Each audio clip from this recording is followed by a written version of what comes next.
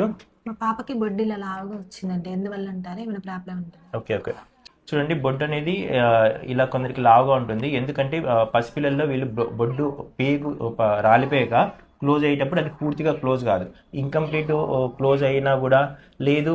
ఆ, పొట్టలో మజిల్స్ ఉంటాయి కదా, పొట్ట చుట్టూ ఉన్న మజిల్స్, సో అవి వీక్గా ఉండడం వల్ల అది పూర్తిగా టైట్గా క్లోజ్ కాదనమాట. సో దానివల్ల బొడ్డు అనేది పైకి కనపడుతూ ఉంటుంది.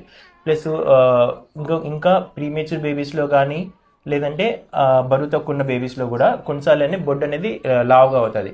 అది మనం వచ్చినప్పుడు మనం ఇది నార్మలా కాదా అని ఎలా తెలుసుకుంటామంటే, చూడండి, నార్మల్గా ఇది బొడ్డు ఇలా లావుగానే ఉంటుంది.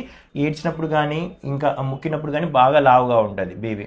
కానీ మామూలు టైంలో నిద్రపోయినప్పుడు మళ్ళీ లోపలికి వెళ్తుందా? అవునండి. సో నిద్రపోయినప్పుడు అయితే లోపలికి వెళ్ళిపోతుంది. సో అలా ఉంటే ప్రాబ్లం లేదు.